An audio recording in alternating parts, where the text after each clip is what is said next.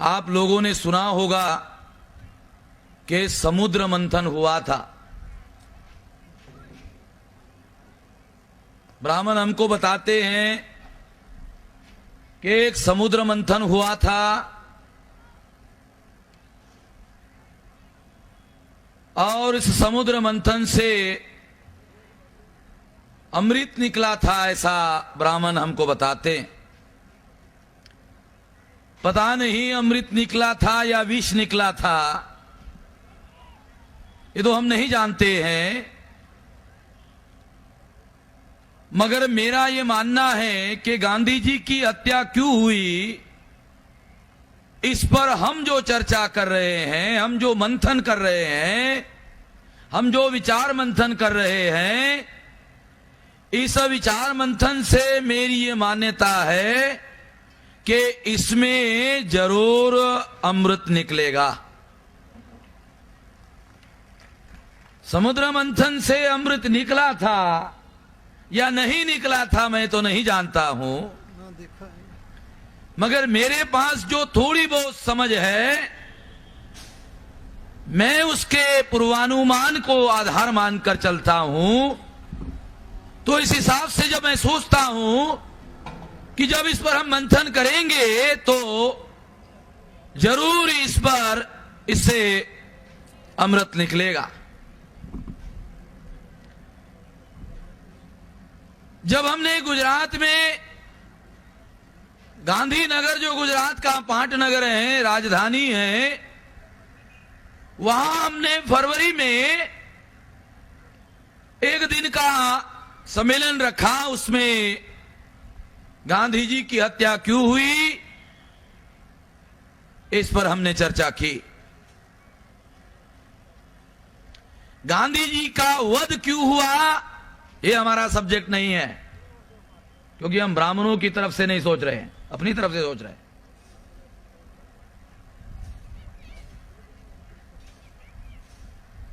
वध और हत्या में क्या फर्क है, थोड़ा मैं आप लोगों को बता दूं। जायज हत्या, अगर आप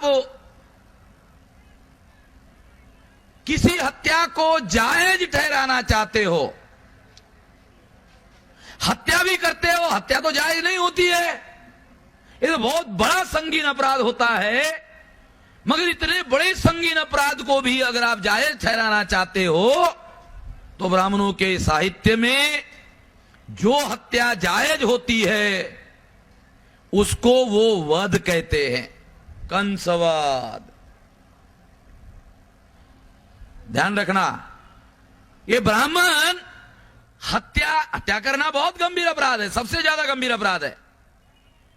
मगर जिस हत्या को जायज ठहराना है तो उस हत्या को हत्या नहीं कहना, उस हत्या को वध कहो। वध कहो तो वो हत्या धार्मिक रूप से जायज हत्या मानी जाती है। वध का अर्थ है जायज हत्या, उसका जो अर्थ है एग्जैक्टली वो ये। इसलिए हम गांधी जी की हत्या को जायज हत्या नहीं मानते हैं। हम गांधी जी की हत्या का समर्थन करने के लिए ये सब्जेक्ट नहीं रखा। हमने गांधी जी की हत्या का समर्थन करने के लिए सब्जेक्ट नहीं रखा। जब हमने सब्जेक्ट रखा गांधीनगर में तो बड़ी व्यापक प्रतिक्रिया हुई और लोगों ने चर्चा की। कुछ लोगों ने कहा, अरे गड़े मुर्दे क्यों उखाड़ते हो। लोगों ने कहा, ए गड़े मुर्दे क्यों उखाड़ते हो। एक कार्यकर्ताओं ने मुझे बताया, तो मैंने बताया, बाबरी मस्जिद का मुर्दा क्यों उसने उखाड़ा, क्या वो जिंदा थी? 150 साल से उस मस्जिद में कोई नमाज नहीं पढ़ रहा है, क्या वो मस्जिद जिंदा है? ऐसे बहुत से विषय हैं जिसको वो लोग खोद खोद कर निकाल रहे हैं और मुर्दे उखाड़ने का काम कर रहे हैं। मगर मैं आप लोगों को बताना चाहता हूं, मुर्दे उखाड़ने वाला जो मुहावरा है, उस मुहावरे को बाबा साहब अम्बेडकर क्या कहते हैं? जिसको लोग गड़े मुर्दे उखाड़ने की बात कहते हैं, उसको बाबा साहब अम्बेडकर के शब्दों में अगर कहा जाए तो क्या कहते हैं? जो कौम अपना इतिहास नहीं जानती। इसी बात को देखो बाबा साहब अम्बेडकर क्या कहते हैं, जो कौम अपना इतिहास नहीं जानती है वो अपना भविष्य निर्माण नहीं कर सकती। इसका दूसरा मतलब भी है कि जो लोग अपना भविष्य निर्माण करना चाहते हैं उसको अपना भविष्य, अपना इतिहास जरूर मालूम होना चाहिए। जो अपना भविष्य निर्माण करना चाहते हैं उनको अपना इतिहास मालूम होना चाहिए। अपना इतिहास मालूम होना चाहिए, इसका अर्थ है गड़े मुर्दे उखाड़ना चाहिए। इसका अर्थ है गड़े मुर्दे उखाड़ना चाहिए। तो हम लोग जो गड़े मुर्दे उखाड़ रहे हैं वो इसलिए उखाड़ रहे हैं क्योंकि हम लोग अपना भविष्य निर्माण करना चाहते हैं और इसके लिए इतिहास का विश्लेषण करना चाहते हैं, जानना चाहते हैं, समझना चाहते हैं। हम अपना भविष्य निर्माण करना चाहते हैं। हम किसी व्यक्ति विशेष के ऊपर विरोध या समर्थन का मुद्दा नहीं है, हम अपने भविष्य के बारे में चिंतित है। और ये ऐसा विषय है जो हमारे लिए भविष्य में आगे कुछ करने के लिए अवरोध खड़ा करता है, इसलिए हमें इसका अध्ययन करना जरूरी है। एक और बात भी मैं इस संबंध में आप लोगों को बताना चाहता हूं। गांधी जी की हत्या क्यों हुई? ब्राह्मणों ने बहुत लिखा। गांधी जी की हत्या क्यों हुई? समाजवादी ब्राह्मणों ने लिखा, कम्युनिस्ट ब्राह्मणों ने लिखा, प्रगतिशील ब्राह्मणों ने लिखा, सनातनी ब्राह्मणों ने लिखा, गांधीवादी ब्राह्मणों ने लिखा, यानी शाकाहारी ब्राह्मणों ने लिखा, मांसाहारी ब्राह्मणों ने लिखा, मछली खाए ब्राह्मणों ने लिखा, मटन खाए ब्राह्मणों ने लिखा, मुर्गी खाए ब्राह्मणों ने लिखा। हर तरह के ब्राह्मणों ने, हर तरह के लोगों ने गांधी जी की हत्या क्यों हुई लिखा। मुसलमानों ने लिखा गांधी जी की हत्या क्यों हुई, यानी हर लोगों ने लिखा, हर एक ने गांधी जी की हत्या क्यों हुई लिखा। मैंने बहुत सारा साहित्य पढ़ा, मगर मैंने गांधी जी की हत्या क्यों हुई, बाबा साहब आम्बेडकर के किसी भक्त ने, किसी अनुयायियों ने इस पर कुछ नहीं लिखा।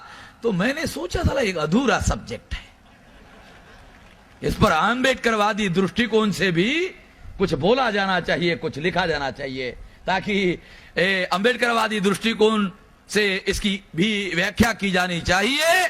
तो हमने सोचा इस पर एक आम्बेडकरवादी दृष्टि होनी चाहिए। चलो, आम्बेडकरवादी दृष्टि होनी चाहिए। अंबेडकर से, बाबा साहब अंबेडकर की प्रतिक्रिया से शुरू करते हैं। गांधी जी की जब हत्या हुई तो बाबा साहब अंबेडकर का फिल्म जब कांग्रेस ने बनाया, जब्बार पटेल ने बनाया। जब्बार पटेल एक नंबर का नालायक आदमी, ध्यान रखना। मैंने उसके खिलाफ, बाबा साहब अंबेडकर का जो फिल्म लिखी गई है उसके ऊपर मैंने 50 पेज का किताब लिखा कि उन्होंने बाबा साहब अंबेडकर की बदनामी करने का कैसे षड्यंत्र कांग्रेस ने किया, उस षड्यंत्र में जब्बार पटेल कैसे शामिल था। ये जब्बार पटेल बाबा साहब अंबेडकर का अच्छा काम कर रहा, इसलिए बहल साहब ने, गौतम चक्रवर्ती ने उधर लंदन में उनकी बड़ी सेवा की। अब उनको क्या मालूम था साला बदमाश आदमी।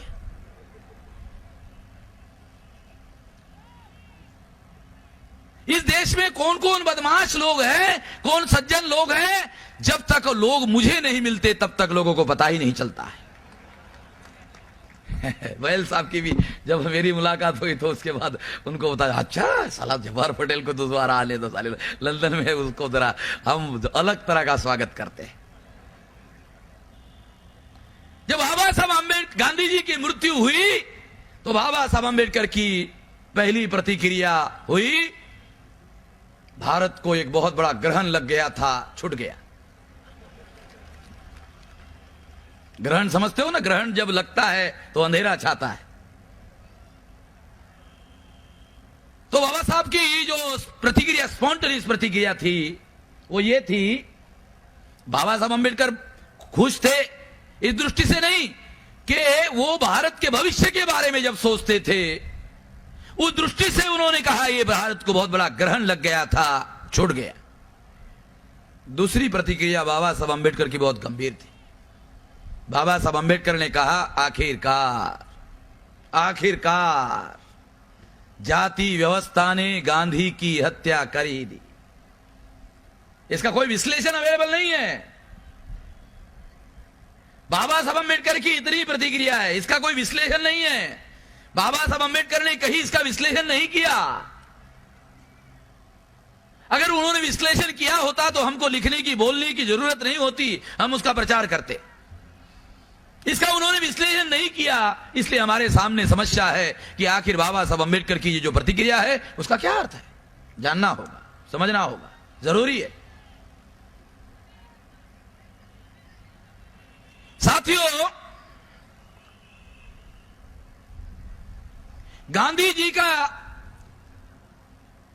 जाति व्यवस्था की वजह से गांधी जी की हत्या हुई, इसका विश्लेषण एक तरीके से कर सकते हैं कि ये वर्ण व्यवस्था है। ये वर्ण व्यवस्था है। एक बार बाबा साहब अंबेडकर ने गांधी जी को ही पूछा, गांधी जी आप कौन सी वर्ण व्यवस्था में यकीन करते हो?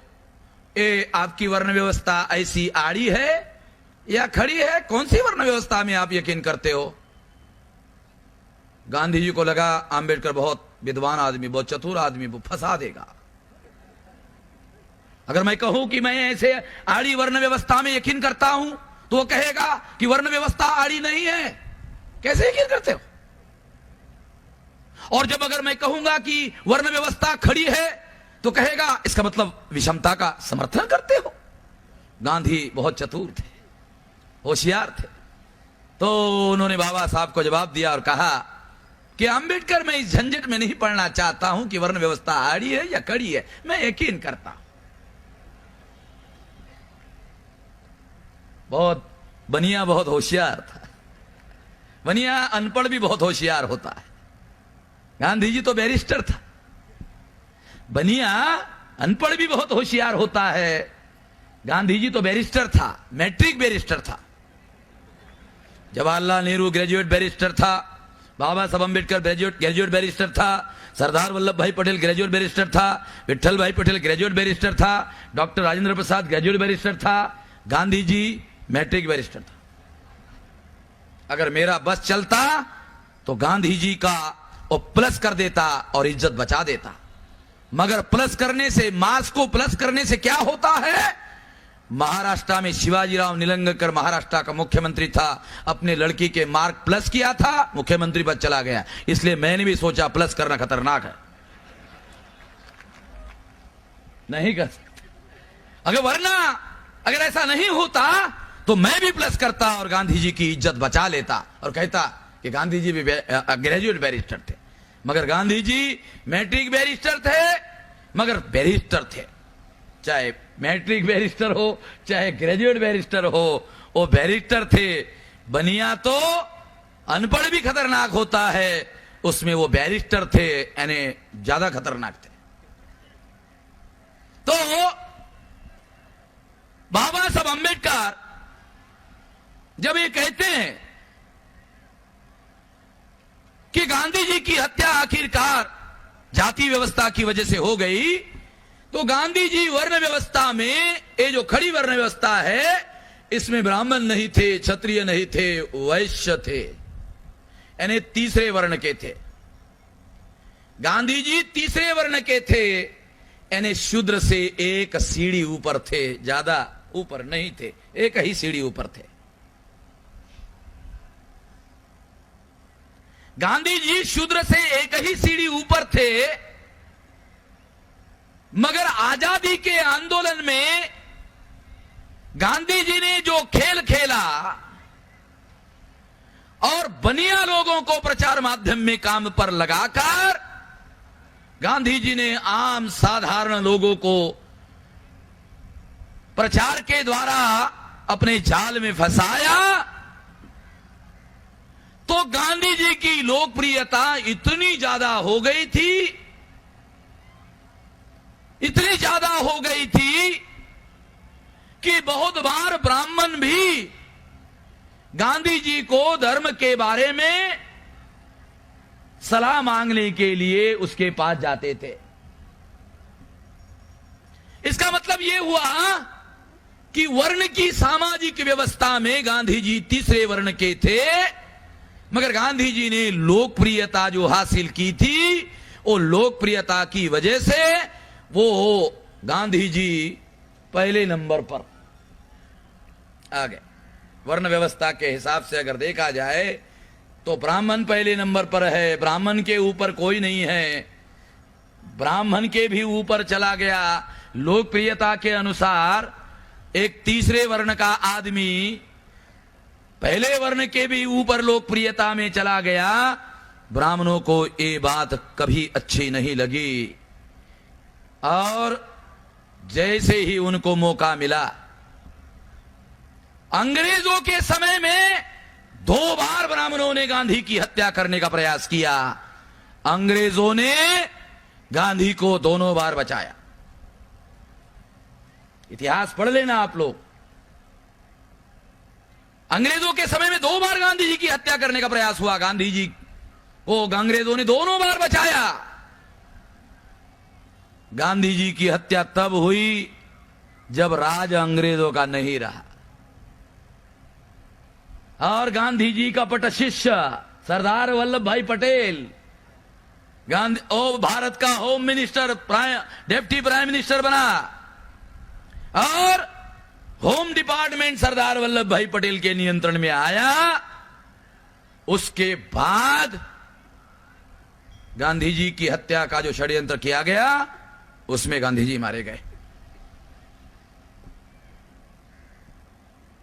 ये बात हम लोगों को समझना जरूरी है।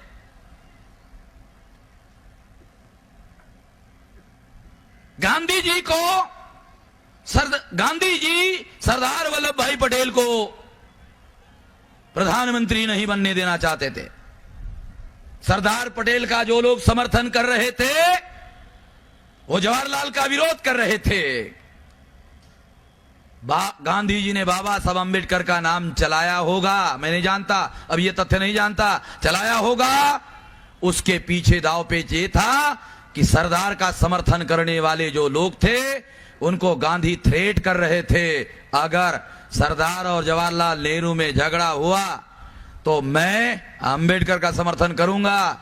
ऐसा कहकर सरदार का समर्थन करने वाले जो लोग थे, उनको गांधी ने थ्रेट दिया और ये थ्रेट देते ही वो जवाहरलाल का समर्थन में खड़े हो गए। गांधी का दाव पेच समझना बहुत जरूरी है। गांधी का व्यवहार कभी भी बाबा साहब अम्बेडकर के समर्थन में नहीं रहा। इतिहास है, पढ़ लेना। तो इसका मतलब है कि इस तरीके से विश्लेषण किया जा सकता है कि गांधी तीसरे वर्ण के थे, लोकप्रियता ने उनको पहले नंबर से भी ऊपर पहुंचा दिया। पहले नंबर पर रहने वाले जो ब्राह्मण थे, महाराष्ट्र के बाल गंगाधर तिलक के जितने अनुयायी थे, उन्होंने कभी गांधी जी को अपना नेता स्वीकार नहीं किया। महाराष्ट्र का इतिहास है, पढ़ लेना। बाल गंगाधर तिलक के जो कट्टर समर्थक थे, उन्होंने कभी भी गांधी जी को अपना नेता स्वीकार नहीं किया।